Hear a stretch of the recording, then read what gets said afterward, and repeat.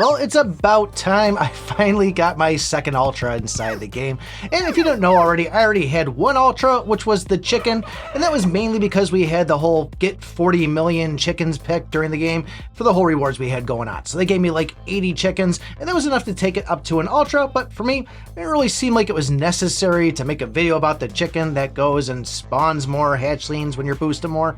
So now finally we have ourselves another Ultra. And if you didn't know, when I was playing the game, I paid a lot of money, or I should say spent a lot of money, to get my troops up to 3 stars just so I could test them all out. But from there, spending really isn't that much fun for me, and I didn't want to spend $2 grand to get them all to Ultra. So I've been continually just playing every day to see where it could get me, and finally we're at that point where we unlocked our Ultra cult.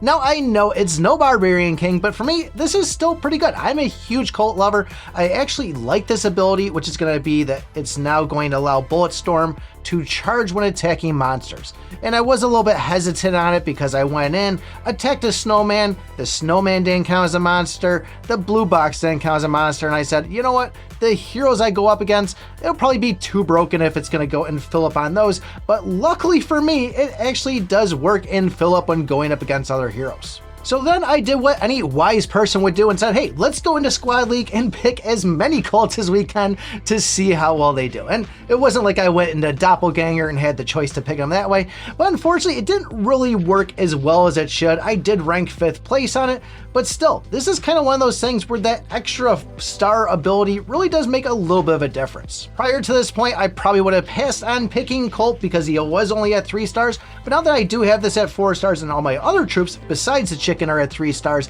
this definitely seems like it's a viable pick. Would I go back in and try to grab as many as I can?